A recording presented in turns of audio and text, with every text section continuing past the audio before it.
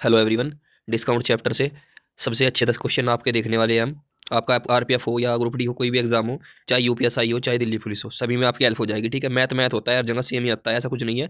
मैं आपको ऐसे क्वेश्चन भी दिखा दूंगा जो डिट्टो बिल्कुल यूपीएसआई में भी पूछ रखे हैं और आरपीएफ कांस्टेबल में भी। ठीक है, अब वो देख लो, वो ग्रेजुएशन का लेवल है और वो 12वीं का लेवल है, तो इससे कोई फर्क नहीं पड़ता। आप सिर्फ मैथ को, अपनी नॉलेज को बढ़ाओ और वीडियो को ध्यान से देखा करो। एक दुकानदार अपने ग्राहक को किसी वस्तु के अंकित मूल्य पर 10% छूट देता है, फिर भी 26% का लाभ प्राप्त करता है। यदि अंकित मूल्य 560 रुपये है तो क्रय मूल्य बताओ। देखो मेरे भाई, छोटा सा फॉर्मूला बताऊंगा आपको, ये याद रख लेना। ठीक है, जितना मैं बता रहा हूँ, मार्कअप प्राइस बटे कॉस्ट प्राइस बराबर 100 प्लस माइनस प्रॉफिट या लॉस ऊपर जोड़ते हैं घटाते हैं बटे 100 में से डिस्काउंट नीचे घटाते हैं। ये आपका छोटा सा वो फॉर्मूला है। ठीक है, आपको कितने का लाभ हो रहा है? 26% का, और छूट दी आपने 10 की, तो 26 का लाभ हुआ तो ऊपर जुड़ जाएगा तो 126, और छूट दी नीचे तो छूट घट जाएगी, तो 100 में से 10 गए 90। ठीक है, इस तरीके से काट कर छोटा कर लूंगा इनको। ठीक है, रेशो में बना लूंगा, तो 18 × 7 = 126 और 18×5 = 90, 7:5 का रेशो बन गया।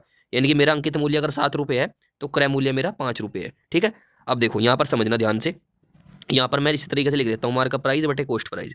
अंकित मूल्य मेरा कितना था? 7 रुपये, और क्रय मूल्य 5 रुपये।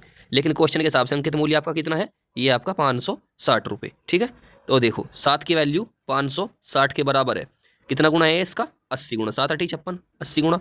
तो सिंपल मैं नीचे भी 80 की गुना कर दूंगा, यहाँ पर 80 की गुना कर दूंगा, तो 8×5 = 40, यानी कि 400 रुपये क्या आ गया मेरा?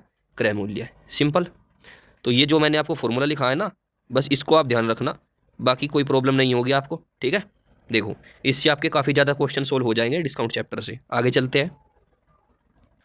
अब ये क्वेश्चन देखो, देखो मैंने सारे के सारे क्वेश्चन जो है इस तरीके के सेट करिए, 10 के 10 क्वेश्चन, जो इनसे बाहर बहुत ही मुश्किल 99% चांस है, इन्हीं में से आपको क्वेश्चन फंस जाएंगे हर शिफ्ट में।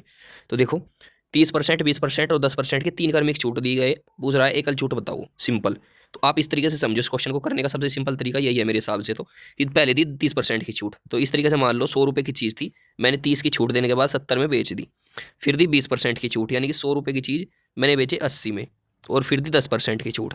10% की छूट का मतलब है 100 रुपये की चीज़ मैंने बेच दी 90 में, इस तरीके से 10 की छूट देने के बाद। ठीक है, ये 3 जीरो से इसकी 3 जीरो काट लो, 3 जीरो काट लो, तो इस साइड में कितना हो गया मेरा? इस साइड में मेरा हो गया ये 1000 भाई, 100 10 ये और 100 ये। ठीक है, यानी कि गुणा करने पर 1000।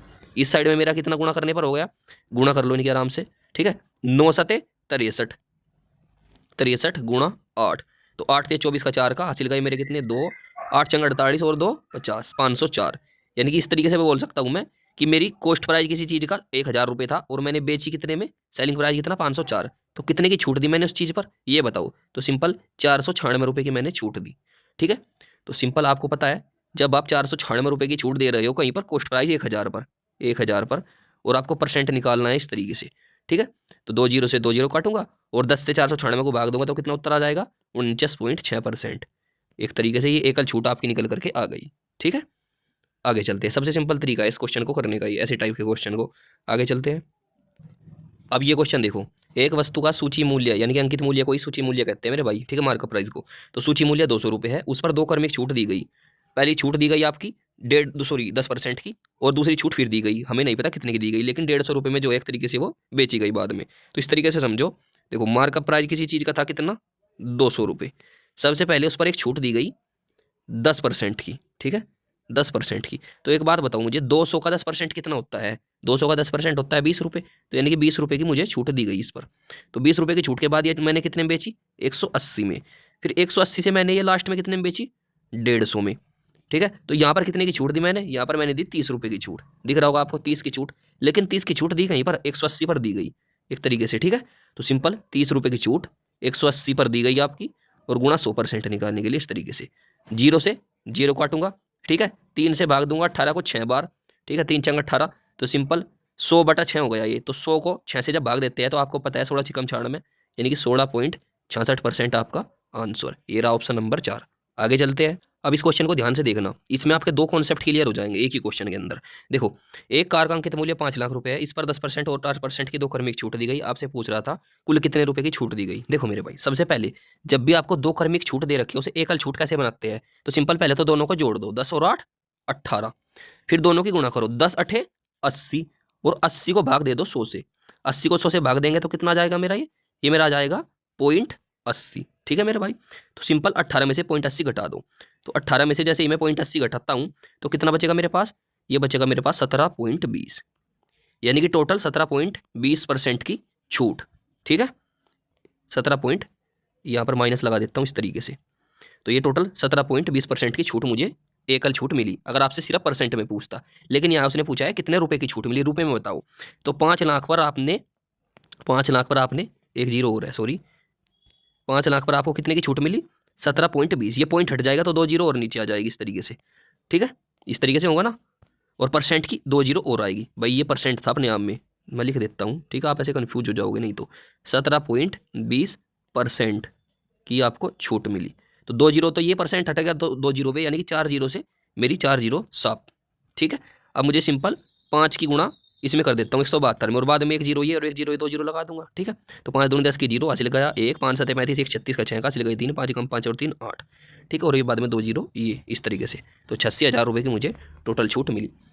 गुणा करके निकाल लिया मैंने, चाहता तो मैं डिजिट सम करके भी निकाल सकता था। ठीक है, मेरी मर्जी है। देखो इस तरीके से ना लिखकर मैं सीधे से ऐसा लिखता कि 5 लाख, तो 5 लाख मुझे ऐसे लिखना था। देखो 5 लाख, और इस पर कितनी छूट मिली है, 17.20%। ठीक है, तो डिजिट सम में क्या होता है, आपको परसेंट से मतलब होता है कुछ नहीं, पॉइंट से मतलब होता है कुछ नहीं, जीरो से मतलब होता है कुछ नहीं, यानी कि 0% इनसे कोई मतलब नहीं होता। तो सिंपल अंकों को जोड़ देते हैं। तो यहाँ पर जोड़ कितना आया 5, गुणा यहाँ पर कितना आया जोड़ 7 और 2 9 और 1 10, 10 को भी जोड़ूंगा तो 1। ठीक है, 1 यानी कि 5 ही कम 5, तो मेरा डिजिट सम जो है आंसर का 5 आएगा। अब देखो इसमें कितना आ रहा है डिजिट सम, 8 और 2 10 1 आ रहा है, इसमें 9 या 0 आ रहा है। ठीक है, इसमें कितना आ रहा है 6 और 6 बार 13, 13 को जोड़ूंगा तो 4, इसमें 4 आ रहा है तो ये भी नहीं है। तो ये आंसर बचा 8 और 6 14, 14 को जोड़ूंगा तो 5 आएगा डिजिट सम। तो आप डिजिट सम से भी कर सकते थे। ठीक है, तरीके बहुत होते हैं क्वेश्चंस को करने के। बात सिर्फ ये डिपेंड करती है आपको कौन क्या सिखा रहा है। ठीक है, या आप कहाँ से पढ़ रहे हो, किस तरीके से आप सीख रहे हो चीज़ों को। आगे चलते हैं। अब ये क्वेश्चन देखो, एक टीवी का आपका जो एक टीवी दुकान मालिक है उस पर 4 अलग अलग प्रकार की छूट देता है, क्रमिक छूट। तो ये बताइए कि दुकान मालिक द्वारा सबसे सर्वोत्तम जो छूट दी है वो कौन सी छूट है। यानी कि इस तरीके से आपसे क्वेश्चन में पूछता है कि 4 छूट दी जाती है, इसमें से पूछता है सबसे ज़्यादा छूट कौन सी है बढ़िया एक ग्राहक के लिए। ठीक है, 2 तरीके से पूछता है। ग्राहक के लिए पूछता है तो ज़्यादा छूट ग्राहक को चाहिए, सीधी सी बात है, तो ज़्यादा वाली अच्छी होगी। और दुकानदार के लिए पूछे तो आपको कम वाली अच्छी होगी दुकानदार के लिए। भाई मान लो मैं एक दुकानदार हूँ, मैं कोई चीज़ बेच रहा हूँ, तो मैं तो चाहूँगा ना कि वो ज़्यादा से ज़्यादा मुझे फायदा देकर जाए चीज़, तो मैं उस पर छूट क्यों दूंगा। समझा करो चीज़ों को। तो इस तरीके के क्वेश्चन में आपको अगर छूट देखनी है कि सबसे ज़्यादा छूट कौन सी बढ़िया है, ठीक है, तो सिंपल आपको करना क्या होता है। देखो ये पूछ रहा है दुकान के मालिक को सर्वोत्तम संभव मूल्य प्रदान करेगा। ठीक है, यानी कि दुकान के मालिक को फायदा होना चाहिए, ये बात को समझना।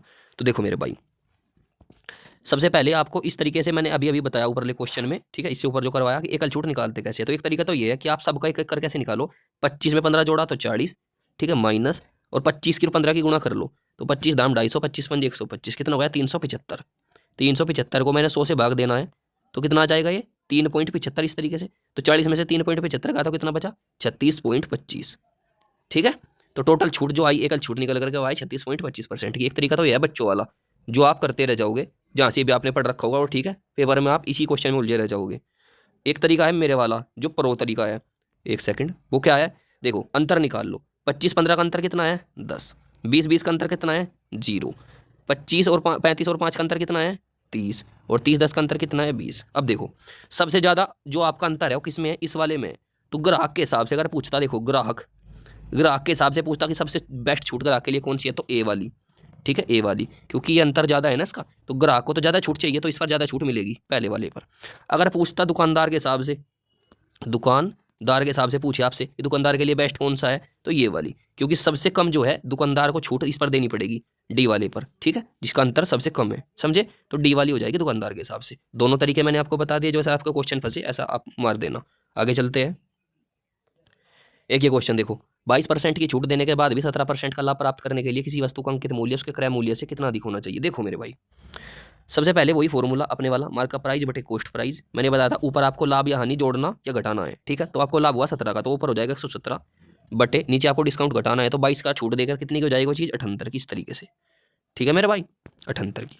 काटेंगे, कैसे काटेंगे देखो, इस तरीके से आप इसे 7 9 से काट लो, 9 से क्या 3 से काट लो। ठीक है, 3 दूनी 6, 3 छंग 18 26, और 3 से काटेंगे 3 3 9, 3 नाम 27 39, या फिर 13 दूनी 26, 13 3 39, 3 2 अगर ये 100 आ गया, यानी कि मेरा अगर अंकित मूल्य 3 रुपये है तो क्रय मूल्य ₹2 है। समझना चीज को, अंकित मूल्य ₹3 है तो क्रय मूल्य ₹2 है। तो ये बोल रहा है किसी वस्तु का अंकित मूल्य उसके क्रय मूल्य से कितना अधिक होना चाहिए। अगर मुझे ये कंडीशंस अप्लाई करनी हो क्वेश्चंस में, तो किसी वस्तु का जो क्रय मूल्य है वो ₹2 है और अंकित मूल्य ₹3, तो अंकित मूल्य कितना रुपया अधिक है इससे बताओ। ₹1 अधिक है ना, ₹1, तो ₹1 अधिक होना चाहिए, ठीक है, क्रय मूल्य से। तो ₹2 से गुणा 100% निकालने के लिए 100, यानी कि सीधा सीधा कितना जाएगा ये जब आप निकालोगे 50%। भाई 1 से कटेगा ये 2 बार, इस तरीके से 2 से कटेगा ये कितनी बार, या सीधा इस 2 से काटोगे अगर आप, 1 सेकंड, इस 2 से काटोगे तो 50 आएगा। तो यानी कि 50% जो है आपका अधिक होना चाहिए। ये रहा आपका आंसर। कोई दिक्कत, आगे चलते हैं।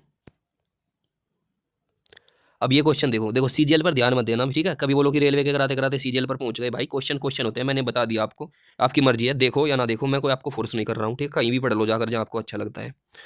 ये देखो क्वेश्चन में आपको इस तरीके का क्वेश्चन भी दे सकता है कि 3 वस्तु खरीदे 4 मुफ्त पाए, या 5 वस्तु खरीदे 6 मुफ्त पाए, इन दोनों छूट में से सबसे छूट बेस्ट कौन सी है ये बताओ। तो इस तरीके का क्वेश्चन को कैसे निकालता है, देखो 4 मुफ्त मिल रही है ना, तो 4 मुफ्त मिल रही है, लेकिन टोटल वस्तु कितनी थी, 3 और 4 7, 7 पर, इस तरीके से, ठीक है, इस तरीके से। तो गुणा 100, इस तरीके से आप गुणा 100 कर देंगे, तो ये तो कितने परसेंट की छूट आ जाएगी टोटल आपकी। भाई 400 को एक तरीके से आपको भाग देना है 7 से, ठीक है।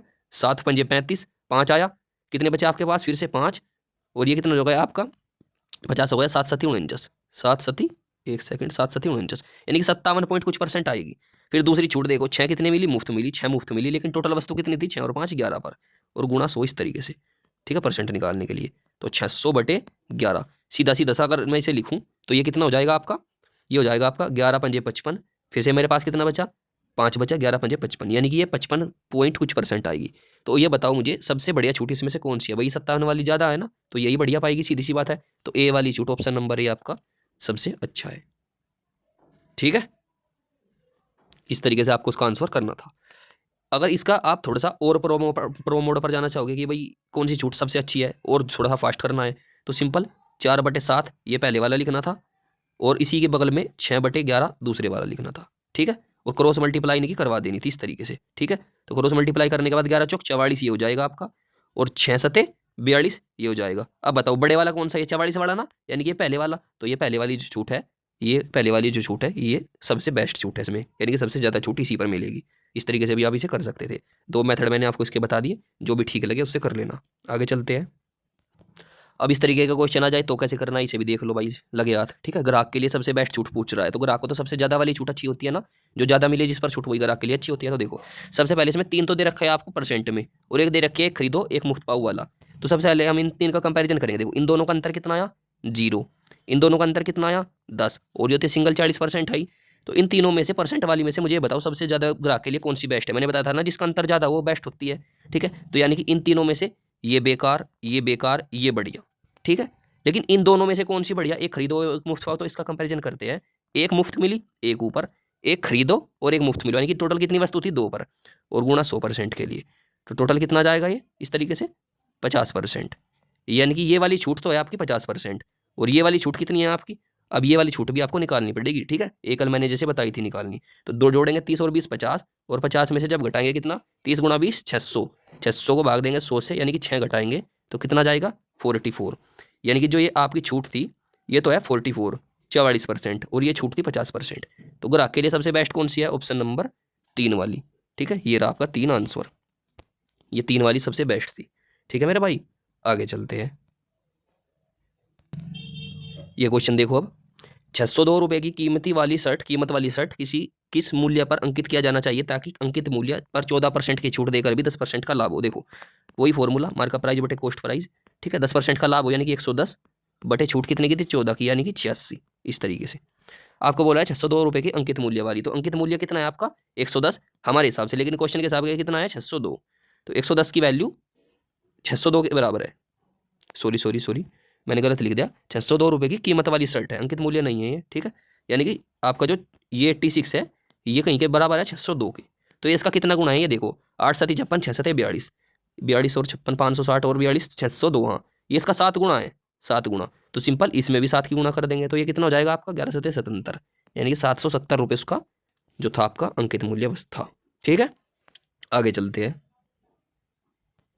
अब ये लास्ट क्वेश्चन है 10वां क्वेश्चन, इसे और देख लो। बोल रहा है एक वस्तु पर 15% की छूट देने के बाद भी 19% का लाभ होता है। देखो वही सेम, मार्कअप प्राइस बटे कॉस्ट प्राइस, आपने कितने की छूट दी 15 की, और लाभ कितने का हुआ 19 का, तो 19 का लाभ हो तो 119 हो जाएगा। और 15 की छूट दी तो 85 रह जाएगा इस तरीके से।